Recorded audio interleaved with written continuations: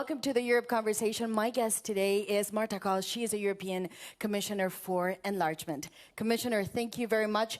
Well, you're the woman of the hour, maybe the week and the month in Brussels today, which is not a bad place to be. Of course, the Commission has now put out this new report with recommendations. And you say from the get-go, when you look at enlargement, it is a geopolitical necessity, imperative. It will make us stronger and richer. How? If we do it right. It's not, just normally that it will make us stronger and richer, but we live now in a special times when, once again, the enlargement could be the most successful policy helping European Union to answer to the challenges which occurred in the last, I would say, 1 year or even earlier when the war in Ukraine started.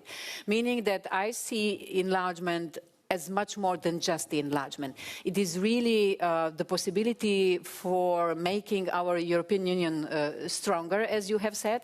It is the possibility that we, if we do it right, do finally unification of Europe, meaning bringing, if we succeed, all the 10 countries, if we bring all of them in, then Europe will be united for the first time in the history.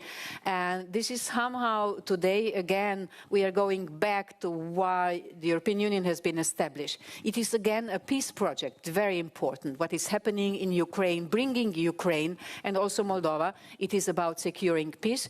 It is about freedom. It is about prosperity and security. And of course, language is very important, and I noticed that you said this is about unifying Europe, and it's interesting because many leaders say it shouldn't be enlargement, it should be called the unification of Europe, which is, again, there's a lot of power behind that word. But I wonder, however, how do you turn that into a reality? How do you make that leap? This is really a very responsible document showing the facts. But generally, I could say that this is the proof that enlargement is happening.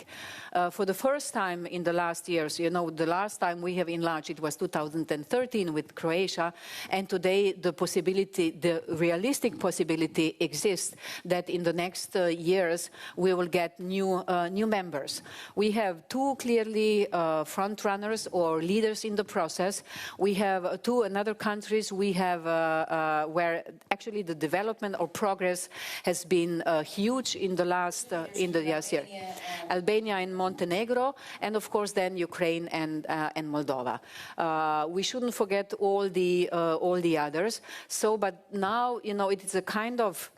I have to say, that this is also happening because the European Commission or Union has changed the attitude towards the enlargement. It hasn't been in the plan in the last years. Now with this last Commission it is. We are also getting the support in the European Parliament for the enlargement, and generally also the majority of the citizens of the EU are supporting. At the beginning, you said there are two countries that are the front runners. That would be Albania and Montenegro. Then you mentioned Moldova and Ukraine. Are we to understand, and I don't want to make this a cliche, that then Serbia, North Macedonia, you view as, also we should include Georgia at some point in that conversation, you view now as not doing as well? You would put them at the bottom of the rank? No, I'm not ranking this. So what I see the results, we have in this enlargement report, we have measured the progress, 1 year progress, and general preparedness. To some extent, Serbia is more prepared than the countries I have mentioned before, but there was no progress, or it was even backsliding. So this is what is very much important. It can be ready to some extent in some chapters of the negotiations, ready more than the others, but we have to really see the progress, especially on the rule of law, anti-corruption, media freedom, academic freedom, and these are actually the areas, the last 3 points where Serbia was backsliding. But still, I'm extending my arm in the sense of we want to see democratic Serbia in the EU, but democratic Serbia. And I'm happy that all the protests since November last year have shown that there is a democratic potential and that people want to go on the way of democracy, and we are supporting this. And I want to unpack what you said, because I wanted to talk about Serbia after, but now that you brought it up, What does that mean? You say there is backsliding, and it's happened in many critical areas, going from civil rights to freedom of expression in the media. You also say, I want to see a democratic Serbia. If I'm the president of Serbia and I'm hearing this, I would go, well, it's going to be very rough. That means this is not going to move. I stay behind every word which is in the report. Why, especially? Many areas. One of them is never before have been so many journalists jailed in Serbia as in the last year. The judiciary system is very much under the influence of the president. Nothing is happening in the enlargement process without the president. It is not right. And I could go on. CFSP alignment. So, you know, we expect from our candidates that they align in the trend, their foreign and security policy with the European one. Serbia is really on the last place. So we have 4 members or 4 countries, candidates from the Western Balkans, having 100% fulfillment of the CFSP alignment. Ukraine is 99, Moldova is 98, Serbia is 61. One point. The other point is I can understand that President Vučić is going also to Moscow and to China.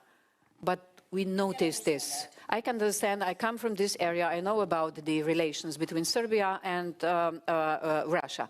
On the other hand, you know, being supportive to a regime, Russian regime, which is killing people in Ukraine, not accepting the sanctions which the EU is having against Russia. There are things which we really cannot tolerate anymore. And what I think is also not good, and it is mentioned in the report, is that especially the Serbian politicians and media, which are then following his lead, should really stop accusing us, the European Union, that we are behind the protests in Serbia. Really, we are not. So this is clearly a lie. And there are many, many lies I could go on. And this should stop immediately. Just to play devil advocate for a second, and then we can move on. What the Serbian authorities would say is that we don't apply EU sanctions because we're not a member of the EU. If we joined, we would be aligned. They also say, you know, we go to Russia, but we also have a relationship with Ukraine. But what I understand is that you're saying, I hear those arguments, but if you want to join, then you need to make choices. You want to see choices. Yes, and it is a very important geopolitical choice. You know, we all have to make geopolitical choices. There are also some member states, for instance, who are suffering or will have problems when we say that we want to get out of the energy dependence on Russia. We have done this quite a lot, you know, when the war started in Ukraine. 60% of the gas in Europe was imported from Russia. Now we are down to 5%. Of course, you know, we have to buy also energy which is more expensive. But why do we do this? Because we punish the system who has started this unfair war and supporting Ukraine. But not everything is negative in Serbia. I don't want to give this impression. There have been small steps, like media legislation has been adopted. Now they are in the finishing line of the very important Council on the Electronic Media or voting register. So there are some things, and this is right so, and we are supportive, but much, much more needs to be done. And you make that clear. Now let's move on perhaps to Ukraine, because it's the other big country. Obviously, no country has applied for EU membership in these conditions. This is a country that says it can reform deeply, but also fight a war at the same time. In your report, you say that they are committed, and you see that they are committed. You also say, and this to me really, it's very important. You said the technicalities to open up the clusters, they are ready, and it should happen in November. That's a very bold statement to make, but you know the issue is the Hungarian veto. So this needs a political short circuit. Who's going to do it? You know, I'm a bold person, and we should deliver. We are me and my team, we are pushing the candidates, they have to deliver. But we should deliver too. And we say it is merit-based. It goes both sides. Meaning, if, and it is not about Ukraine, I'm full of admiration what they are delivering, you know, while the bombs are falling on the country. And the same for Moldova. But they have delivered, so we will be by November ready to open all the clusters. And then one of the member states is opposing. It's Hungary, and they have said we're not going to change. Yeah, but you know, the same country, the same member states has given a green light to give candidate status to Ukraine, has given a green light to start negotiations, but now it is blocking. This is not fair, and this is not how I see the European solidarity and geopolitical need. But of course, I'm sure we will find the solution. You know, not Ukraine, not Moldova. They don't need Orban to do the reforms. They can do the reforms on the way. So perhaps we see it more too black and white. If we can only go on if we open the cluster or clusters. No, we can go on also without opening formally the clusters. We can do the technical work I'm speaking about in the working groups, and when the conditions will be met, then we can open and close clusters. I'm happy you say that, because when you look at unanimity, you obviously say we need to find a way around this, because otherwise the process won't end. The other big pillar of internal reform of the EU is the countries that join, the member states would argue, they need to be aligned with us. We need to make sure that the new members are not going to make life more difficult. So how is the EU at 27 going to be managed in a better, more efficient way, when we see at 27 is complicated, at 21? Would you say, for example, if a new country joins, they need to be put to the test and they need to be put on probation? There are two important points. First is that the member state, the candidate countries really have to be ready. They really have to go through the whole process and being ready, also applying all the so-called Copenhagen criteria, having a strong economy, institutions, and so on.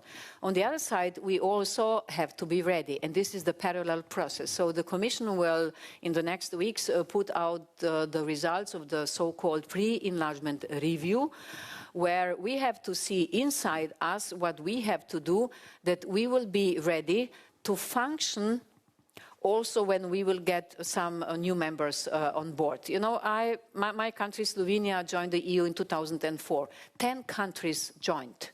It was 90 million people, and we survived. Now we are speaking about Albania, 2.78 million, and we are speaking about Montenegro. It is a kind of 600,000 people. It's like Antwerp. So should really this a bit more than 3 million new citizens be such a big problem? Of course not.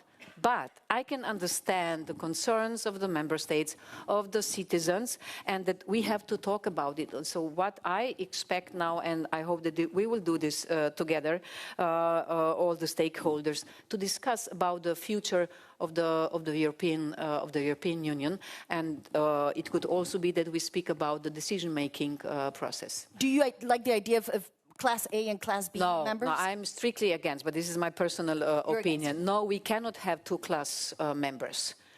You know, when Slovenia joined the EU, we have been equal like Germany. You know, we were so happy at that time, and France and so on. I'm exaggerating a bit, but no, we have to enable that all the members will be equal. But already exists, you know, through the accession treaties, we can define transitional periods. For instance, Poland has gotten now, you know, people speak about the danger of the agriculture from Ukraine. You know, when Poland joined, it was the same issue with their agriculture. So Poland has gotten 20 years of the transitional period. And just as we reach to the end, there are 2 points that I would like to clarify. One is, you said everywhere that we put out in the report, we stand by it and we think this is a good report. Obviously, with Ukraine, you say they have made a lot of progress, but you also point out to the idea of rule of law and corruption needs to be tackled further. As you can see, the government, President Zelensky, he spoke with us. He said, I haven't fully seen it, but I'm not sure I fully agree with that description. What did you mean by that? It's been interpreted as very negative. Is it that negative? No, not at all. But, you know, the report for Ukraine and any other country is more than 100 pages. and some people have read just a few lines. It is really good to see the whole report. And for Ukraine, it is clearly a huge development, a huge progress. But there are some points, and this is nearly for every candidate country. Just to remind you, why are we doing this enlargement reports? It is, we do this to point out what is running well, and to see where we need some improvements. And one of the areas where we see the danger in Ukraine is, and we have experienced this on July 22nd, where actually a law has been adopted which was making their two main anti-corruption agencies less independent. And this is not good. You know, it is very, very important that the country, not just Ukraine, is having independent anti-corruption institutions. And this was a clear backsliding. And this shouldn't be the case. The law has been repaired, not yet to 100%, so we are still working on this, and this is why we have put this into the report. And so in all of this, you still say the European Union is going to be stronger with them inside? Yes, once they will join, but they will not be able to join unless they will be prepared. So this is a circle we have to follow. Just very quickly, Georgia, the language that you have used is, at least to my knowledge, the most severe I have ever seen in a report like this. If I understand what you say, where you talk about massive and very serious backsliding on everything, you talk about authorities that no longer seem to be interested in this process. If I read that, the way that I would interpret it is, this is the end of the road. But at the same time, there is a people, and we all know this, who are prepared to do almost anything to now join the European Union. How do you bridge this gap? You're right. This is the worst enlargement report for any candidate country ever, but rightly so. So what their government is doing and lying to their people, they are saying that they are bringing Georgia closer to the EU. They are bringing Georgia away from the EU. So it is a clear backsliding on many areas, especially on the fundamentals, the rule of law, anti-corruption, media freedom. You know, the government, what is the government doing? The government is not following the interests of their own people. Because they say they want in very clearly. Is there a way to bridge this gap? You know, that's why the only option is that the government of Georgia will revise many laws who are clearly anti-European. They should stop putting their political opponents or journalists in jail. They really should start not oppressing anymore the organizations of civil society. You know, we have difficulties to support them because as long as they hear we would love to support them, they are in the danger that they will be put in jail. So, yes, it is clearly Georgia still a candidate country, but for the Commission only on the paper. And we will do everything to support media and especially civil society organizations. And just lastly, by 2030, the end of this mandate, what does the European Union look like? Is it 29? Is it 30? Who's in it? Oh, I don't know. I can't see in the stars, but I will work endlessly and tirelessly on this project in which I really believe. For the first time after many years, the prospects of the enlargement are there. How many countries it will be, it is not that much important. Important is that actually we will get stronger, as you have said, and that we will make our union of values and democracy bigger. And I will close with this, if I may. You know, in the past, the European Union has always been capable to include the countries which have been, for instance, Portugal, Spain, Greece. We included them into the EU after the end of the dictatorships. After the Berlin Wall fell, we have been able to include, for the first time, countries from the Eastern Europe. And now we are again in this historical moment. So I am positive there will be some new members. How many? Let's meet in 2030. No, 2029, because my mandate ended in 2029. So we have to meet before December the 1st, 29. Then we can talk about the numbers. Okay. We'll invite you again in 2029. Okay. Commissioner Kos, thank you so much for this important conversation in Euronews. Thank you very much. Thank you. Thank you.